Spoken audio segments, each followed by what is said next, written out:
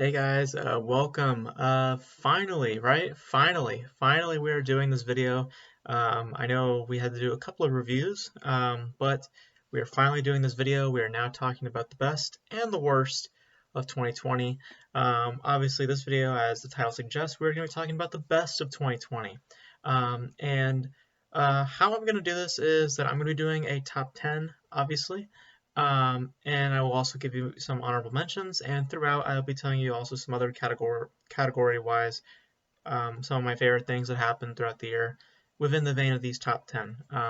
So, um, so yeah, let me just pull up something else real quick, just so I am prepared. But 2020, I have to say, just to give an overview of how I feel about 2020. Obviously, it was lack of a better word, a shit show. In terms of just the year. But there was a lot of very interesting work that came out in 2020, I have to say. I mean, yeah, box office wise, it wasn't great. I mean, blockbuster wise, also, yeah, there wasn't a lot of blockbusters this year. But in general, I have to say that I think it was actually quite a good year. I have to say it was actually quite a good year for film. And as you will see from my list, some of the best films I think this year, and they weren't like mediocre. They were actually quite good pieces. Because that's one of my concerns coming into 2020 with the pandemic that came in was like, hopefully my list does not um, accompany a bunch of mediocre films. I'm pleased to say that a lot of the films that I really, really liked. It wasn't films I just found to be okay and just made the list. So, but before we get started with the top 10, I am going to talk about some honorable mentions. I have 5 honorable mentions. I mean, there's a lot of honorable mentions that I would like to give, but I'm going to have 5 in particular just to keep it short and sweet. Um, and we're going to start off with our honorable mentions. The first one I'm going to mention is The Trial of the Chicago 7. I really love The Trial of the Chicago 7, particularly with Aaron Sorkin's writing, with his direction, and of course the ensemble. I would say if Ma Rainey's Black Bottom did not come out this year, I would say that The Trial of the Chicago 7 has the best ensemble. But since Ma Rainey's Black Bottom came this year, I would say Ma Rainey had the best ensemble. But in terms of writing, there's no question about it. Aaron Sorkin delivered the best writing of 2020. I think The Trial of Chicago 7 is excellently written. That's a weird phrase to use, but we're going to go with it. It is extremely detailed as always, as any other Sorkin's work. It's witty, it's just charismatic in all the right ways, and also just in terms of direction, I think it's fairly well handled. I think the supporting cast is quite good, particularly in Mark Rylance. I thought he was the standout in my particular opinion. I keep saying particular a lot. Um, um, I really enjoyed that film a lot, but it just did not crack my top 10, unfortunately. It was for a moment, but something else beat it. But yeah. Next film up in my honorable mentions, Soul. I quite enjoyed Soul. I thought Soul had something in it that I just was quite moved by, and that is its thematic concept. I mean, Pixar in general with their films, it is quite astounding to see um, how Pixar is able to package these bigger than life themes and put them in these these kid films that are attainable for both adults and children, particularly for children. Like kids are understanding worldwide topics, stuff that they shouldn't be able to, stuff that we'll learn later on in life, but are learning it now, but in a simple manner and through the eyes of like cartoon characters. Like Pixar, in a way, is the modern day Mr. Rogers. They're teaching, like Mr. Rogers did the same thing in his TV show where he talked about race, he talked about death, he talked about all these subjects, and Pixar is doing the same exact thing here, and Soul is a testament to that. Because Soul, I would say, is Pixar's most ambitious story because it touches on life. It touches on the meaning of life. It touches on how to appreciate the smaller things in life and how you gain the bigger lessons from said small details. And the overall feeling a lot more complete as a person, and that you don't feel like a lost soul, as the film portrays so beautifully. Um, so I really loved Soul a lot. I thought it was a very, very well told story. I think it has the best score of the year, in my particular opinion. Trent Reznor and Atticus Ross have had quite a good year this year. They had Soul this year, they had Mank this year, which I also thought was a very good score. Um, but Soul's score was the most moving piece I heard this year. It made me cry listening to it. I still listen to one of the tracks a lot. Um, it is a moving score, and just in general, it's a moving movie, and I think overall is very um, impactful for both kids and adults. And again, it just blows my mind that Pixar is willing to package these types of themes into these movies and for kids to understand. And again, it is quite an ambitious project for Pixar, and I think they succeed in many areas. So. My next three are horror films, two of which I spoke about recently. First of which is Possessor. Um, I quite enjoyed Possessor, even though the characters, which is why it's an honorable mention, even though I think that the characters lack a little bit in development, I think that the overall premise just really gripped me. I think that also the practicality is so good, and extremely squeamish. Um, it is not for the sensitive folks, um, and I just loved the navigation of its story as well, the way that it handles this premise, and it has a very interesting message about identity and about control and about how somebody tries to maintain a sense of order within their own system. Um, I think it was quite the horror film. It was not the scariest horror film this year though, but it was definitely the most um, how should I say it, the most um, visually arresting film that I saw this year by far and away. The scariest film I saw this year, though, is my next honorable mention, which is His House, a film that we just spoke about very, very recently. It is not only scary, it is also extremely meaningful. I think that it has a very interesting message about refugees, and I think has two very solid performances, and I think one of the better directed films of the year, in my particular opinion. Um, and more importantly, I think that it just has an extremely fascinating message and fascinating depiction of grief. Um, and I really love the way that this director handled it. And it's not, because at some point it can feel like it's becoming cliched, but then they throw you new bones and throw you new elements and new twists to the story that add much layer to the idea of grief, um, and makes you quite question the morality and the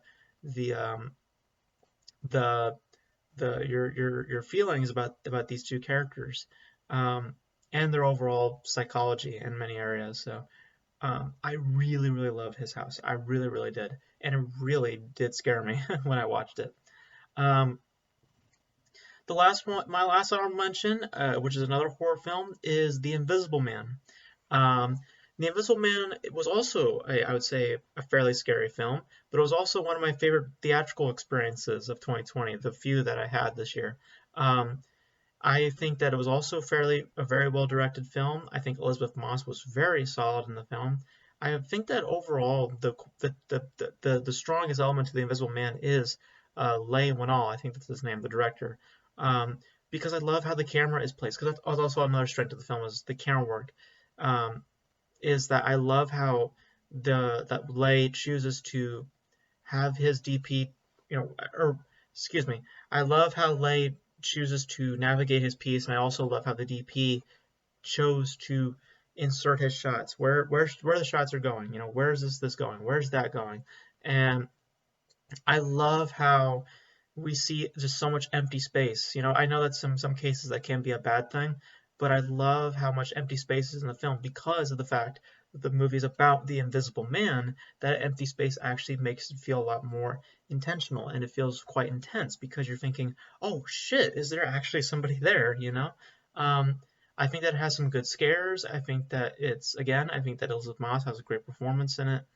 And it was just one of my favorite experiences in the theater. I just had quite the fun time watching it. It's intense. It is definitely scary. And I think it's one of the better directed films and one of the better, well, camera placed films of the year. I'm not sure what the technical term for that is, but you know what I mean. Um, but yeah, yeah, I just love how the director just I just love how he chose what shots to use and how to use the dead space. I really really love that about the Invisible Man. All right, now let's get into the top 10. Um, my top 10 of 2020. Now again, this is all opinion, but uh, yeah, as I said I think it was in my last video, um, 2020, I gotta say, it was quite the year for women. I have to say, you're gonna notice on my list a lot of females either in front of the camera or behind the camera, more or less in front of the camera, but it was quite the showcase for females this year. So we'll get into my list right now and you'll see what I mean. My number 10 is literally the last film that I saw in 2020, and that was The Vast of Night. Um, the Vast of Night was something that really left an impression on me because of the way it was executed. I thought the execution was extremely strong, and I love the nostalgia of it. I love the way that it depicts its this alien abduction premise because the premise itself is extremely cliched. I mean, if you take the way the execution and it's you if it was executed in a different manner, it would have not reached the level of entertainment value that it did.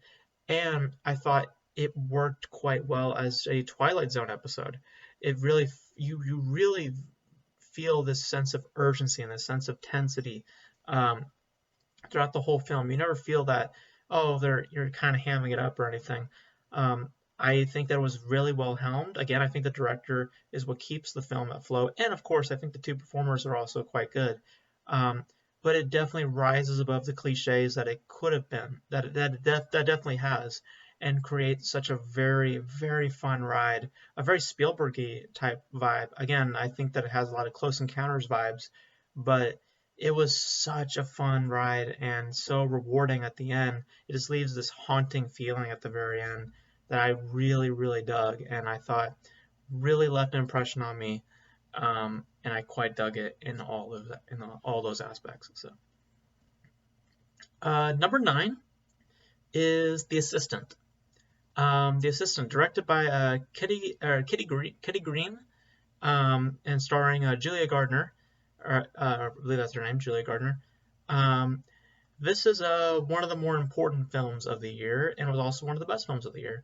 Um, the Assistant talks about sexual assault in the film industry, and it also talks about it. It shows somebody who has been through it and and cannot has to stay silent about it because, as the title suggests, we are seeing a assistant, and we see that how we basically see everything through her eyes, and we see how we see new people coming in, and we see ultimately her reactions to it, and that we see how she knows that something bad is about to happen to this particular person, and that she so badly wants to do something to the point where she actually tries to do something, and we see how that backfires, and that we see it how she's ultimately kind of locked. She has to stay in this particular place, and she cannot, go out and talk to somebody else within said industry because ultimately they're just gonna throw it back at her face, um, and she's kind of stuck. Um, and Julia Gardner, I think, gives one of the best performances of the year. I think that because the movie is all about her performance. It is all about what she brings. It's all about the details. It's all about the mannerisms, and I think that she delivers quite well. You can tell how, how should I say it? You could really see the experience on her face. You can really tell that she has experienced quite a bit, and that she is dealing with a lot of things eternally. And she's also so badly wanting to tell these people that are coming in what they are about to get themselves into. Um, and how manipulative the other people on the film are too. Like the supporting cast, you can just tell how manipulative they are towards Julia Gardner's character. Um, and as I said, I think it paints an extremely fascinating perspective, or fascinating light, sorry, about sexual assault, the aftermath of sexual assault, and the beginnings of sexual assault, or the for another individual, and seeing it through the eyes of a victim. Um, and how they try to wrestle with said feelings and how complicated it is within the industry to to prevent such things from happening in this confined space. Um, I thought it was extremely telling. I thought Julia Gardner again just gave one of the best performances of the year. I think Kitty Green's direction is super calm, super telling, and not looking to just push a certain agenda or anything. Like it is just real and in the moment. And I absolutely love that type of direction. So that's my number 9. Number 8 is a film called The Half of It. Which was directed and written by Alice Wu. Um, and it is a coming of age rom com about a lesbian who falls in love, or yeah, a girl who is a lesbian, and she who falls in love with one of the popular girls at school, and gets involved in a very complicated type romance where she's trying to get with this girl, but she can't really get you know how these types of films play out. I'm not really gonna try to explain it. Also, it's extremely late, so sorry if I'm a little tired, but the half of it, I have to say, was one of the better written films of the year. In the same vein that The Vast of Night has, this could have been extremely cliched. We have seen this type of story thousands of times. We have seen this type of story done many, many times, particularly in like teen romances. We have seen the story many, many times. Through lesbians, through straight people, we've seen it done many, many, many, many times. The difference with the half of it, or the similarity, I should say, that the half of it has with The Vast of Night is all through execution. Alice Wu is the star of her film. It is not the main players of the film, because I believe the actress's name, Lewis, I think that's her name. She is quite good in the film. I thought she was very good. I think in general the cast is quite good, but the writing is what keeps the film afloat.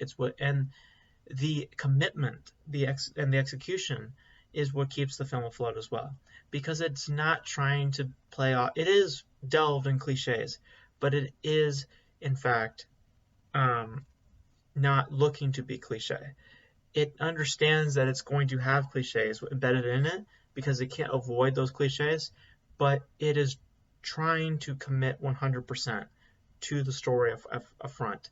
And I think that it works very, very well because of said commitment and the execution. And you fall in love with these characters. I mean, I was quite involved with these characters. I did cry at the end, because I was heavily invested in these characters and invested in the relationships and the friendships and the bonds that were being created. Um, and I think that it has an interesting message. I mean, again, it's a familiar message, about embracing who you truly are and embracing the feelings that you have inside. It's a familiar premise and a familiar message, but again, its execution is what makes the film become something quite good, and avoiding becoming something quite familiar and quite throwaway. You know what I mean? Um, so yeah. Number 7 is I'm Thinking of Ending Things. Directed and written by Charlie Kaufman. This was my introduction to Charlie Kaufman. I did not see any of his other films. Yes, I did not see Eternal Sunshine of the Spotless Mind. I am dying now to see that film, because I'm Thinking of Ending Things was my second favorite script of the year. My first, obviously, as I said, The Trial of the Chicago 7. But I love how Charlie Kaufman depicts his subject, because I think that there is such a rich story in I'm Thinking of Ending Things, because the title suggests something, You like if you've not seen any trailers or seen the movie, you might think that that title suggests something. Believe me, that's not the case. If you want to know my interpretation of what I believe the story is about, I believe it's about the consequence of not speaking up. I believe it's about somebody who is trying so hard to come out and talk about how he or she truly feels about each other, and because of them not being able to not speaking up for themselves, they now bear the consequences that come with it, which is being in a relationship that they don't want to be in, and um, or particularly with Jesse Buckley's character, who I have to say is quite good in the film, as well as Toni Collette, I must say. Um, and I didn't really love what's his name, Jesse Plemons. I wasn't big on him. I enjoyed him, but didn't love him as much. I did like Jessie Buckley though. I thought she was very good in the film. Um, but the star, again, as I said with the half of it, is the director, Charlie Kaufman. He just absolutely knows what he is trying to tell. He is not just, it looks like it's becoming lost. Like when you watch at certain points, you're like, where's it going? But each scene serves a purpose for its thematic concept. Everything plays for a reason. They're not playing it up for a certain effect or doing this and that. Everything plays for a reason. And I just love what this film represents about toxicity and about um, not the consequences of not speaking up for yourself. I truly believe that's what the film's about, um, and how that ages, over time with not speaking out for yourself, and how that translates, when you get older and you are still in the same spot. Um, so I think that that's what the film really means, and I really, really love the execution of it and of the performances that came with it.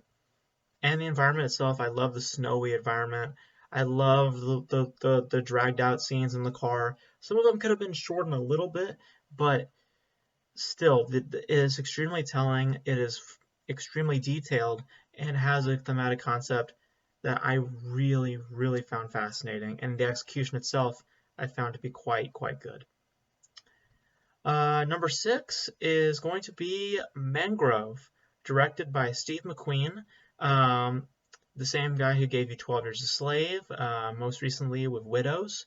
And of course, there are two of Michael Fassbender's films, Shame and what was the other film? I'm trying to remember the name, Hunger. Um, I just again, another important film, as I said with The Assistant. I think Mangrove is another important film this year, and extremely timely. Um, and I have to say, if a certain person did not come out this year with a certain performance, you will find out who that person is later on.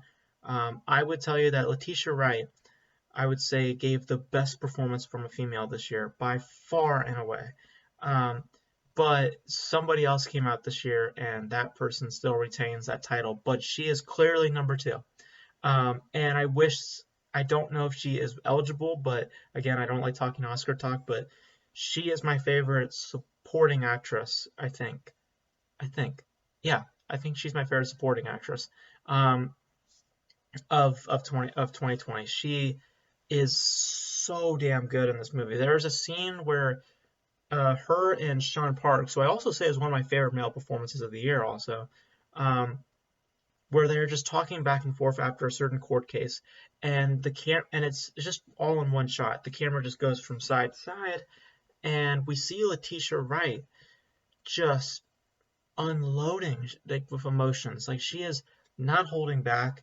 You could just see the passion in her, and I love the commitment to Steve McQueen as a director, because I love the way that he tells his scenes. He doesn't just try to do 5 or 6 shots. He sometimes just does one shot, and I love it. It's extremely telling and extremely um, exquisite, um, and just provides a certain um, atmosphere that I think really benefits his pieces. I The same techniques were done in 12 Years a Slave also, which I found to be just extremely powerful. And this is quite powerful too in its own right. I think it's extremely timely, thematically speaking. I think Performance-wise, it has some of the best performances of the year. Sean Parks and Letitia Wright are so damn good. Um, but I think that mainly the main attraction for me was Letitia Wright, and again Steve McQueen's impressive direction overall that really kept the film uh, quite elevating and impressive to me. All right, now we're in my top five favorites of the year. Here we go. We're starting off with my favorite male performance of the year. No male performance has touched it, and that is, of course, Sound of Metal. Rez Ahmed gave the best performance of the year if you're talking males. Um, he is absolutely astonishing in this movie. He is incredible in the film. I think that he is the main attraction for the film, and also I think that it has a very fascinating message about finding peace within your own life. It's not just about representing the deaf community, which I think also the film does extremely well, but it is about finding peace within your own life. It is about finding that stillness, as somebody says in the film. And I loved that that direction. And I love that it wasn't just about representing the deaf community. It's about finding peace within your own self. Because the thing that I love about Rez Ahmed in the film is that the way that he chooses to play his character at first is this destructive force. Like he is always stressed. He is always lost. Like he has no sense of direction. Like he lives in an RV. Like he's not really having any game plan in terms of where his life is going. And then once tragedy hits, when he loses his hearing, we then start to see him starting to put pieces back together and finding um, what was wrong in his life and what is right in his life, and righting said wrongs. Um, and I think Olivia Cooke was also quite good in the film. Um, I it was also a film that, in terms of an ending, really left an impression on me. I really love how this film chose how to end its piece, and I think Rez Ahmed, again, just give him the Oscar. I think that he was the best male performance of the year, in my particular opinion. However, it wasn't my favorite ending of the year because number four had my favorite ending of 2020, and that was, of course, Another Round. Another Round um, is just pure fun. I mean, pure fun and emotionally satisfying. I think that Mads Mikkelsen is absolutely mesmerizing in this film. Again, I still say Riz Ahmed is my favorite male performance of the year, but Mads Mikkelsen is right there at number two.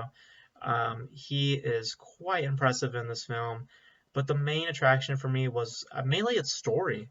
I think narratively speaking, that's what drew me in. This alcohol theory that they were playing with, and like the the comedic elements to it, but also the dramatic approaches that Thomas forget his last name, the director, chose to depict this, and it's hilarious. It's again emotional, um, and just has the best ending you will see all year. I dare you to find a better ending in 2020 than Another Round, because man, oh man, that ending just made me want to jump up and dance as Mads Mikkelsen did at the very end. Um, yeah, just love Another Round. Narratively speaking, that's what really drew me in, and of course, Mads Mikkelsen's impressive performance. Now we're at my top three. Now my top three. My top three are all females. They're all female on screen, and I believe, yeah, two of them were female directed. Um, so, so here we go. Number three is a film that technically a lot of people saw in 2019, but it officially came out worldwide in 2020, and that's when I saw this film. Was Portrait of a Lady on Fire. Um, Portrait of a Lady on Fire, just to get backstory, I actually had a chance to see this way back, like back in like October of 2019 at the San Diego International Film Festival, but I already had booked so many other films I wanted to see. But the one film that I kept hearing everybody talking about was Portrait of a Lady on Fire. And now seeing it, I know why, because this is a beautiful film. Um, with striking cinematography. This is a beautiful looking film, stunning 8K quality. The colors just pop on screen, and narratively speaking, it is extremely engrossing. this is what a Mon Knight should have done. What this is what a Mon Knight wish it was, um, because Portrait of a Lady on Fire has some of the best chemistry I saw on screen in 2020. Um, because these two actresses are just chewing the scenery, and their chemistry is electric. And you every time that these two just get close to each other, you could feel the sexual tension between these two. Um, and I think again the direction is strong, and I love visually how this film looks. It is a feast for the eyes visually, and narratively speaking. I think that there's an extremely engrossing uh, romance, and has one of the better endings as well. With Another Round, Sound of Metal, and this, I think that if I were to say my top three favorite endings of 2020, it would definitely be these three films. Portrait of Land and Fire is a striking piece to look at and has a very satisfying romance that will keep you at an all-time high and keep you emotionally invested and just blown away by how visually impressive the film looks. However, though, I will not say it is my favorite cinematography of the year. That film will go to my number two, which is a film called Beginning. Now, a lot of you will probably not be able to see this movie because I saw this out at at the New York Film Festival, and the film, as far as I know, does not have um, an official North American or US release. Until then, though, I hope you guys see it because not only is this one of the best directed films I saw in 2020, matter of fact, I think it is my favorite directed film of the year. Um, I believe it is. Yeah, I think it's my favorite directed film of the year. Um, Not only is it one of the best directed films of the year, it is by far and away the best cinematography that you will see from 2020. It is a beautiful looking movie. I mean, each freaking shot just blew my mind as to how visually beautiful it looked. It is a beautiful looking movie, and also it is quite the story that they choose. It is about a female Jehovah Witness and a lot about her troubles and a lot of the hardships that she has to deal with within the society that she resides in. Um, it is disturbing. It is uh, uh, it is quite real in many aspects. There's one scene in particular that I won't spoil because a lot of the movie is also, I will say, it is a lot of long shots, like long shots. Like I'm not speaking about like oh like 2 minutes, like about maybe like a good 5 minutes, 5 to 10 minutes at times. It's just the camera, just one shot. Like yeah, so I'm not sure if a lot of people will love that. Um, there is one shot that is too long. I will. That's the one complaint that I have about the film is that there's a shot that I'm not kidding plays for at least a good 10 minutes, a good 10 or 15 minutes, and a lot of the other shots I would say are like probably like 5 or 7 minutes long per each. This played for like 10 plus minutes, and I was like, guys, I kind of get it. I kind of get what you're kind of saying here. But besides that one shot, it is engrossing and disturbing. I mean, there's this one scene in the film that I won't spoil, that just made me sick. I won't say what it is, but needless to say, it is something that you would come to expect at a certain point in the film, and once it happens, it's not like they cut away like until at a certain point. It happens right from the incident starts to when the incident ends, and you are just heartbroken and just disturbed and disgusted. And and also, I think that character-wise, I think that the development for this particular character, the Jehovah Witness, I think is extremely well told because you come to question a lot of her decisions as well. I mean, obviously you feel extremely sympathetic for her because of a lot of the stuff that she has to deal with, but there comes a point in the film where she makes a certain decision and you kind of question her humanity when she performs this certain act. But at the same time, you also think to yourself, I mean, I kind of get it. You know what I'm saying? Um, so like I love when films do that, and I think that visually speaking, again, it's just a feast for the eyes, especially at the end. I love what something that they do with the imagery at that particular moment. Um, but I think it's also one of the more important films, as I said. A lot of the films I've watched this year that were my favorites turned out to be also very important films in 2020. Um, but Beginning is an extremely fascinating portrait and display of what it's like to be a female Jehovah Witness and a lot of the hardships that you have to deal with. And I think that the direction and the cinematography is the strengths to that film. And narratively speaking, I personally was satisfied with its pace, with that slow burn, and that build up to a potential decision that is made. Um, I love this movie. I love it. I know it's not for everybody, but I personally dug it. My favorite film of the year, though, no movie beat this for me. There's no film at all that beat this for me. I saw this back in like April, I think, April or March, and nothing has beat it since. And that is, of course, the film Never, Rarely, Sometimes, Always. There is no film this year that had beat it for me.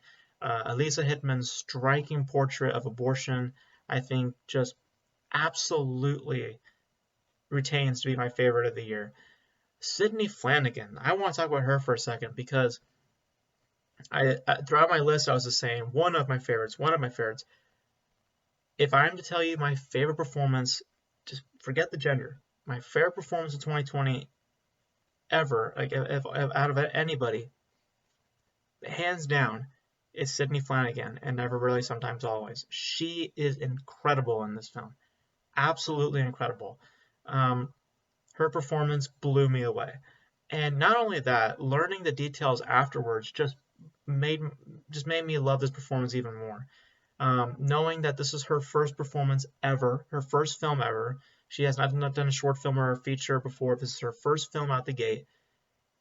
And knowing that she's also around my age, she's only 20 years old, and the way that she handles this subject, the way that she handles the ideas that this film has, and the way that she just walks the line that she the walks that line she just I was absolutely absorbed and absolutely invested, and I just was crying at one point in the film, not because of just the situation itself, but because of the craftsmanship being presented, because Sydney Flanagan just truly blew me away.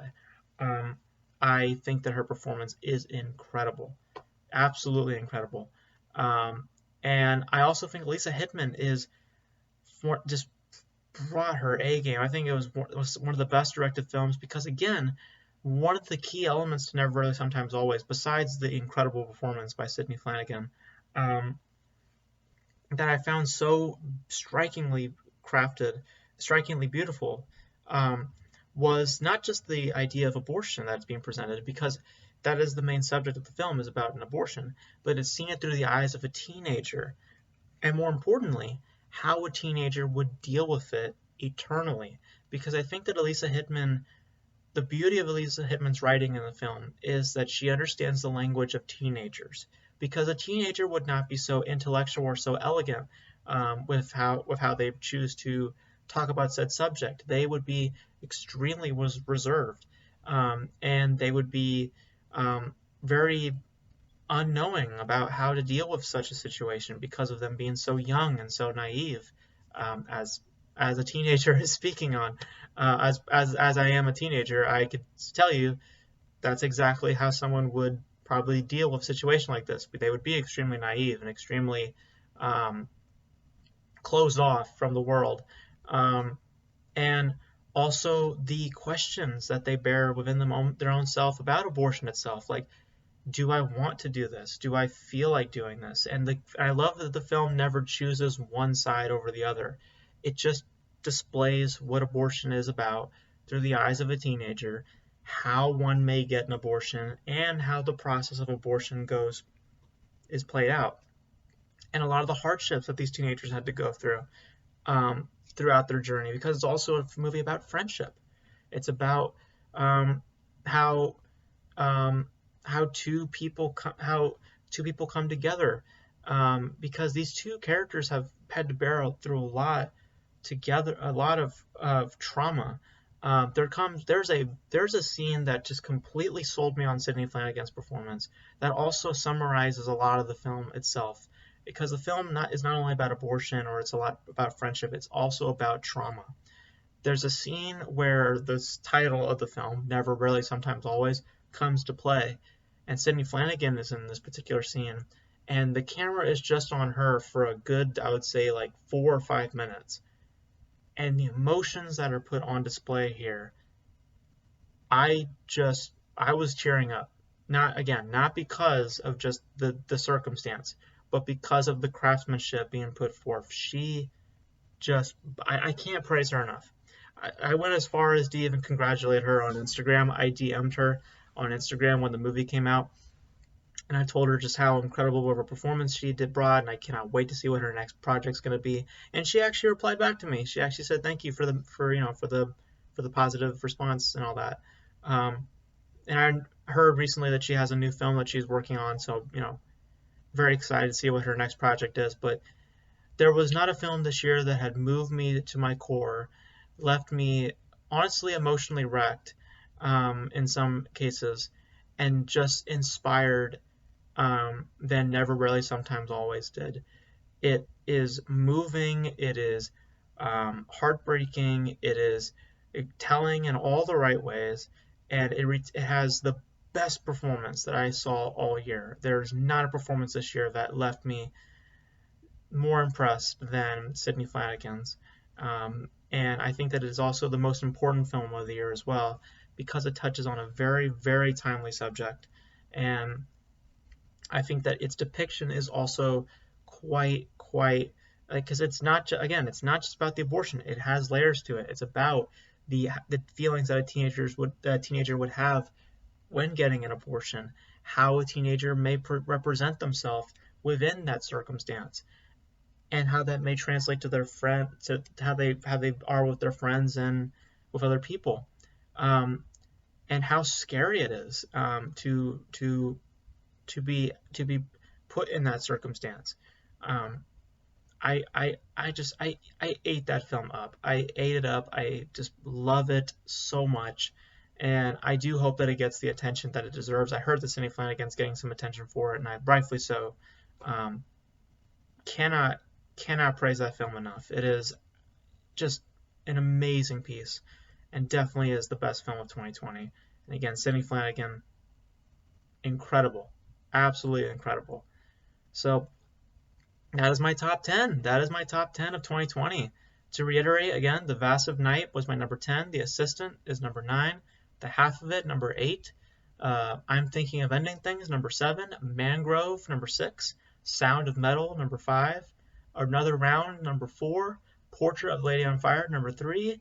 Beginning, number 2. And Never, Rarely, Sometimes, Always, number 1. As you can see, a lot of the films that I loved this year starred women. As I said, I think 2020's greatest strength was the females. I think that that a lot of my favorite performances this year again were females. Sidney Flanigan, Julia Gardner, Letitia Wright. I really think that females came to play in 2020, and I think they are the standouts of 2020, in my particular opinion, because the craftsmanship put on display this year shows, again, to reiterate, Lisa Hittman for directing Never, Rarely, Sometimes, Always, Sidney Flanigan, being the star of Never, Rarely, Sometimes, Always, Jessie Buckley being the star of I'm Thinking of Ending Things, Lee Lewis being the star of The Half of It, Alice Woos directing The Half of It, Kitty Gree directing The Assistant, Julia Gardner starring in The Assistant, Letitia Wright in Mangrove. I mean, and The Portrait of Lady on Fire. I mean, females dominated in 2020, and they brought in some impressive work. And I think that they are the standouts. I absolutely believe so. But that is my list. That is my list for my favorites of 2020. Of course, my next video will be talking about the worst of 2020. And believe me, there were some stinkers. Even though 2020 was a great year for women, Doesn't mean though that everything that came out from in general was great. There were definitely some stinkers. Um, so um, so but yeah, I 2020, as I said, it was the year for women. I really think it was the year for women, and there was some really, really great work that came out this year. And I am excited to see what 2021 offers. I will also be doing a most anticipated of 2020 video as well. And yeah, so that's pretty much it for this video. Pretty long video. I'm getting really tired too, so I'm gonna go to bed. So I will catch you guys in my next video, which will be the worst, the stinkers of 2020. And believe me, there were quite some stinkers this year as well. I'll catch you guys in that video. Peace.